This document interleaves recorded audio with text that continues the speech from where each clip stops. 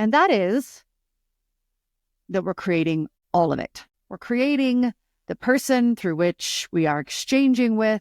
We're creating the exchange itself. We're creating the entire experience. Welcome to Wealth Embodied. Together, along with some amazing guests, we'll explore and tap into our innate abundance and have meaningful conversations about developing our ability to embody the vibration of wealth while also uncovering new ways to think, feel, and cultivate our relationship with money so we can live our lives wealthy and aligned. Let's welcome our host, Alara Sage. Hello, and welcome to another episode of Wealth Embodied, where we activate and inspire you in your wealth consciousness, your visionary genius, your visionary impact, and your creative genius. I'm your host, Alara Sage, and I help visionary entrepreneurs, visionary leaders to establish a different kind of wealth within themselves. Wealth, I believe, comes from within. And I believe that we're in a new era of wealth, an era of wealth that we learn to create from our inner authority, our intuition, our dreams and our desires, and create our wealth from the connection to ourself rather than chasing, forcing, grinding, and hustling. I want to step back for just a moment. This is a solo episode. It's just you and me during this episode. But I feel called to say, I created this podcast to bring in all perspectives of wealth.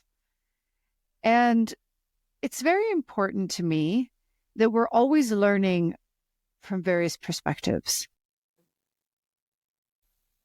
I bring in people onto this podcast that I do not believe embody wealth. However, they too have wisdom.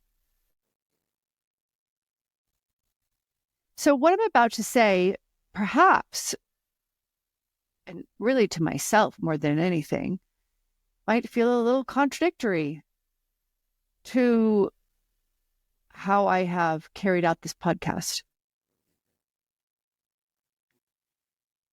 Because the truth is, pretty much everything in our society that is speaking of wealth, teaches of wealth, represents wealth, advises wealth,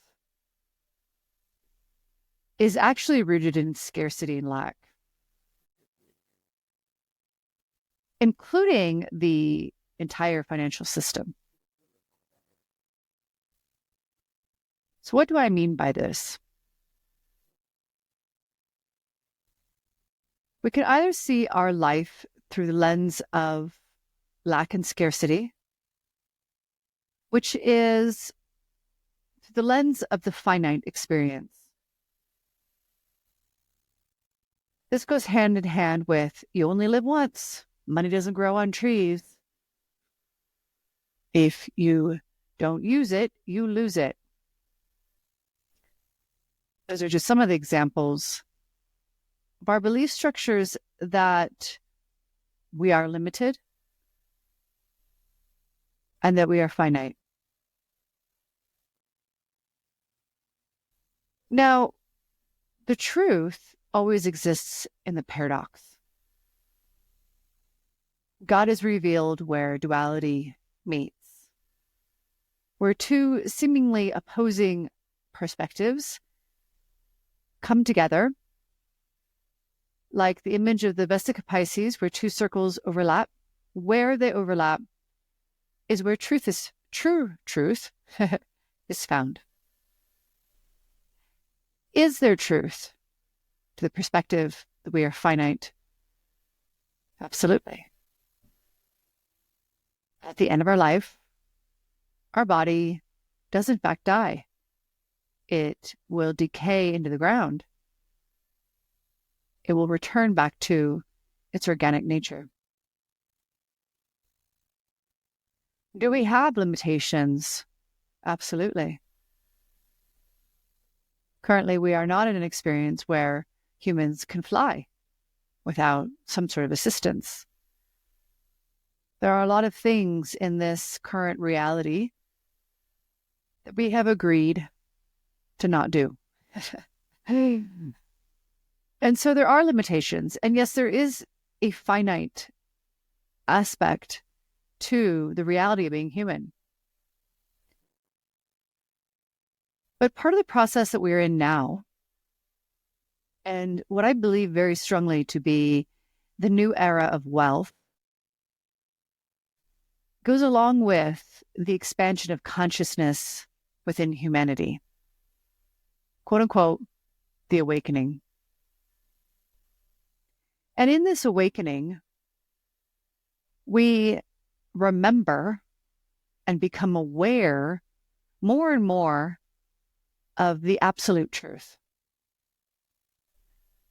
That we are infinite beings, that we are inexhaustible, that although parts of us may die in a sense, we carry forward, we carry onward. So the truth for humanity lives in the paradox where on the left, perhaps we have this belief of pure finite experience. You just have the one life, you die, there's limitation. There's only so much money, there's only so much food, and everything seems to be scarce and lack. And then on the right, maybe you have this extreme perspective of infinite abundance. There's more than enough. You are everything. And again, both of those are correct. And where they overlap is where humanity is experiencing truth.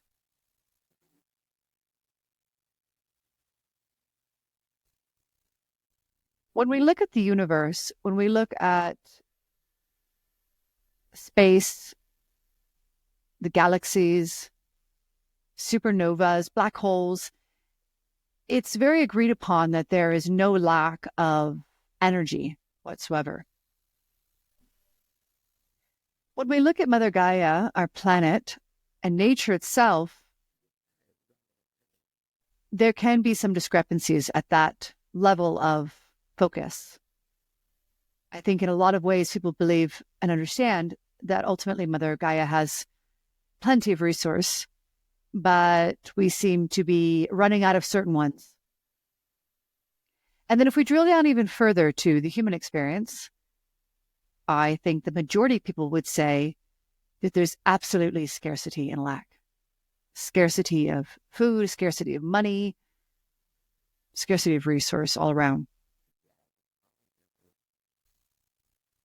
So to just sit here and say that there is no scarcity and there is no lack would probably go over the heads of most people if you're one of these people who really sees lack and scarcity everywhere. And I want to be really clear, it's not wrong. There's no judgment here whatsoever. Simultaneously, if we want to throw the opposing view, right? Because in paradox, if we continue to shift back and forth between the two oppositions, we find where they merge.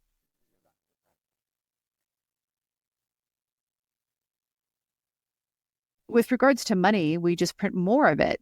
So we say there's not enough, and then we print more, right? We say there's not enough, and then we simply create more of it. Is there true scarcity there?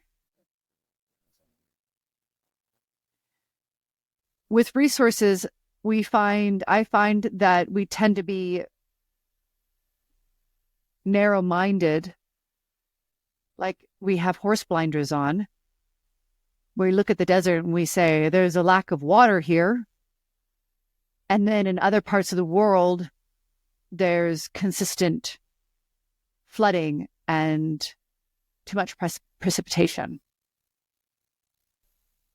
We look at one particular crop and say that this crop is lacking or there's not enough of it. And meanwhile, there's surplus, so much surplus of food that a lot of the Western societies are just throwing it out, wasting it. And then while other parts of the world go hungry and don't have water to drink.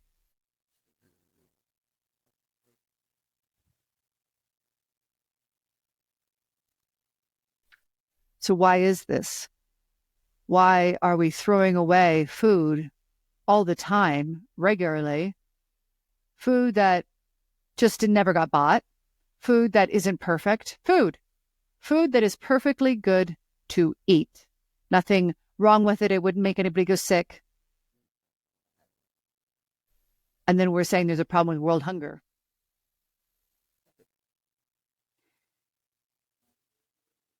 I invite you to just take a breath into your body. These topics are triggering. And I'm not here to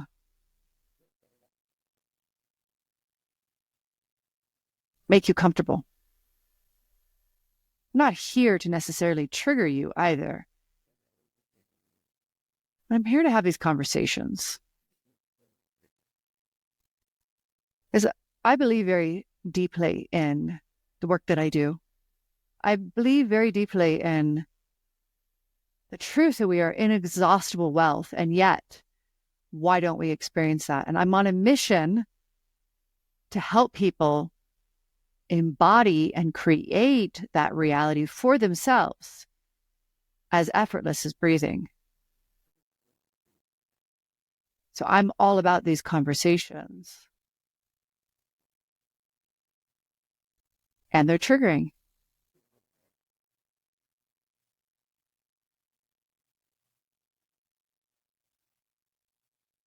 The main reason that we don't experience that which we are fully is to experience what we're not.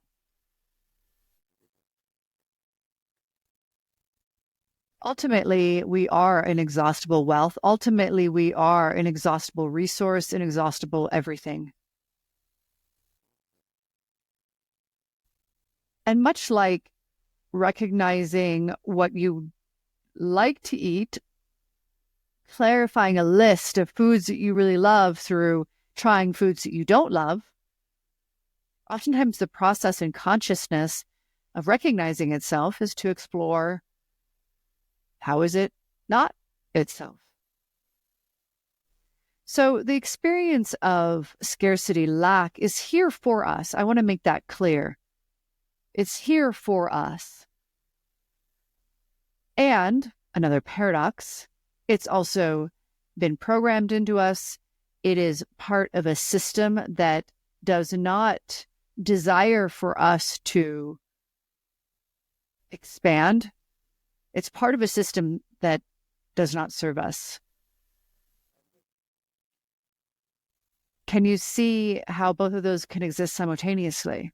How something can be for you and simultaneously be manipulating you and programming you and conditioning you to its favor. If you can't see that, that's okay. But that's really all challenges in life. All challenges in life have two sides of the coin.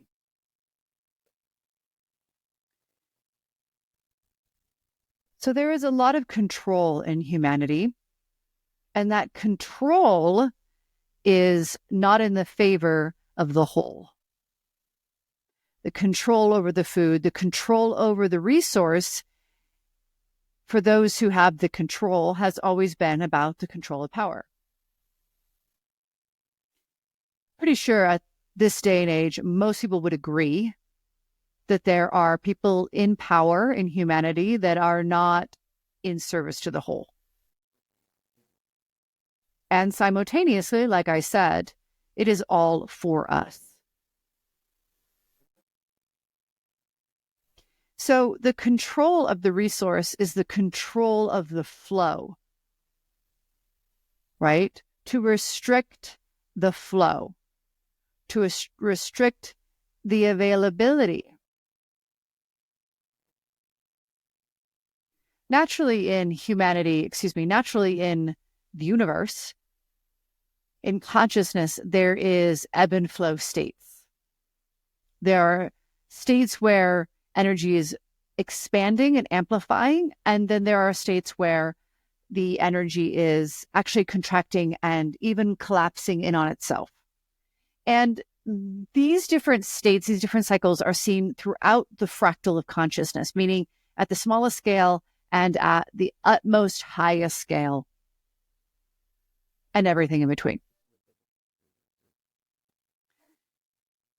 So there are natural states in the realm of resource where there is flow and there is ebb, meaning there are natural states within the realm of resource where sometimes there is seemingly more resource and seemingly less resource.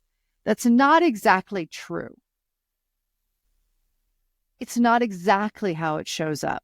Because just as I was saying with regards to looking at the desert and not finding water, there were times, most likely, in the history of the planet where that land was completely covered or smothered or underwater. And it evolved into land that is of little water or hardly any water at all. And vice versa, going to the most swampiest of spaces, oftentimes they too have had other expressions in the history of Earth.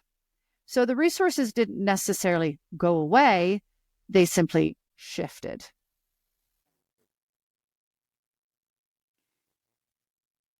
But because humanity loves to control both itself from a hierarchical stature and ourselves, we don't recognize the natural flow of resource on our planet, and therefore we experience a lot of lack. One of these examples is in seasonal eating and crops and food. Instead of allowing ourselves the very innate and natural process of eating in cycles, we demand more choice, we demand to have access to everything, and we put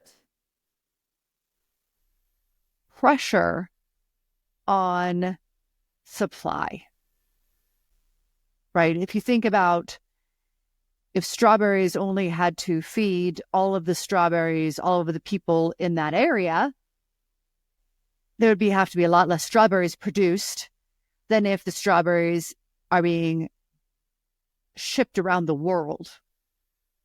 Then a lot more strawberries need to be produced. And we change the entire ecosystem in that area to only produce strawberries.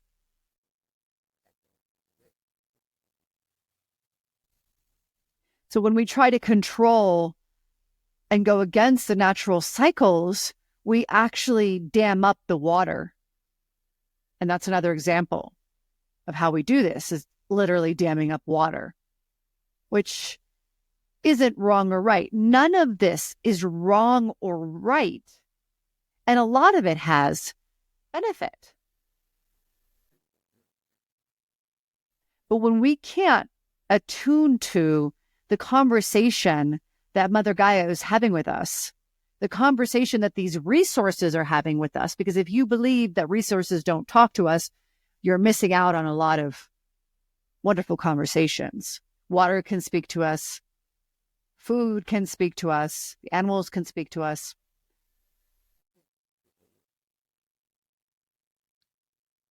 But we can't hear them. And so we remain in this state of control, which, like a dam, holds a great amount of tension and lacks flow. And again, the people at the very tippy top that are in, quote unquote, the ultimate control, so to speak, as perceived, because it's not reality. It's reality from the human perspective. It's not reality as our divine selves. These people want to dam up the water. They want to control the resources. And so my whole point to all of that, which was perhaps a little elusive and shifted in various different perspectives, because I wanted to take you on a journey through all of that. And now I want to anchor this into the human reality of understanding scarcity and lack. Because when you are in a state where you are believing that money is outside of you, that you have to provide a service so that you can earn money. And again, there is truth to that.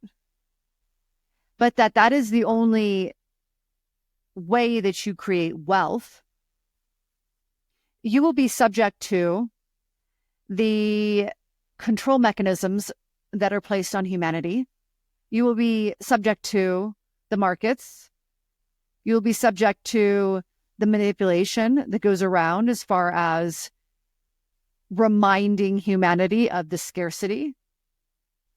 There is a lot of manipulation that happens through the media, through the financial systems that are there to control humanity. And you will be subject to all of that. And your up and down, contraction, expansion will be per a manipulated system, meaning your expansion, contraction, up and down is not actually tuned to the natural rhythms of those expansions, contractions, ebbs and flows, ups and downs, whatever you want to call them. Because as I mentioned, they do exist naturally. And when you're connected to the natural states, well, you're connected to all of the information that also helps you maneuver through them. When we're in a contracted state, when we're in a ebb state, when we're in a reduced flow state, there's an enormous advantage to that state, enormous advantage. But if you're not listening and tuned into that part of the cycle, you won't even receive the benefits. So instead of being attuned to the natural cycles, most humans are attuned to the manipulated system, and they feel scarcity and lack when the markets slow down, when we're in a bear market. They feel scarcity and lack when on the media says that we're running out of something, or we don't have enough, or there's a bird flu, or this and that, and now there's not this meat, or now there's not any eggs, or now there's this.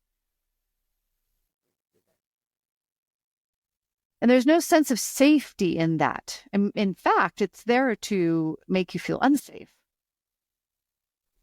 It's there to elicit fear. Whereas when you understand that, yes, the art of wealth is the art of exchange.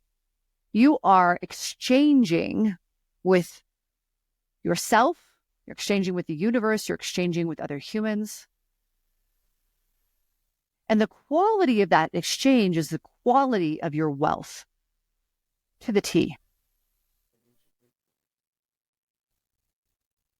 And simultaneously, you are the creator of all of that.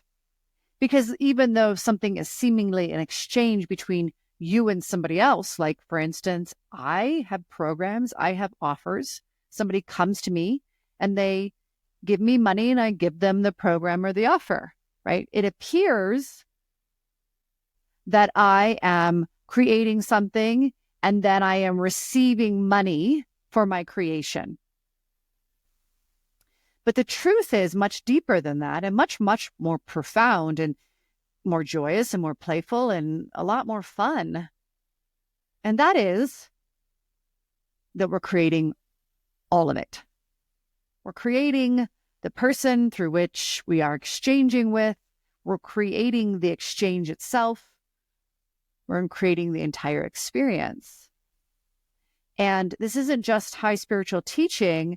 This is actually back to the quality of the exchange, Because when the quality of the exchange with ourself is of high quality, is of high standard, is of high value, is of high integrity, we create those same level of exchanges with others. So everything starts first and foremost with ourself. And then we get to experience that through the relationship to others.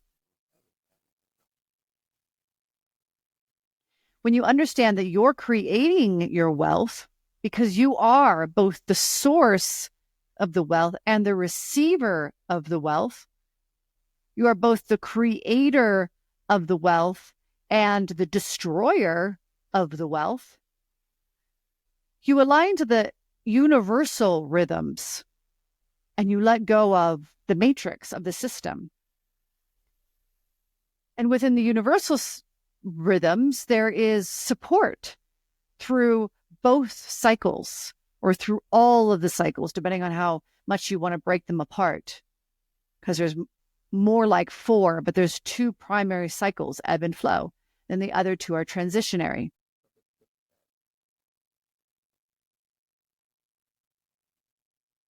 And all of the cycles, all aspects of the cycles have great value and are there with full wealth, with full availability to resource, to your wealth, to your abundance. It just is different experiences found within them. So my intention behind the conversation today was to really challenge your perspective, to invite your mind to flex, to go outside how you're seeing things, to challenge you.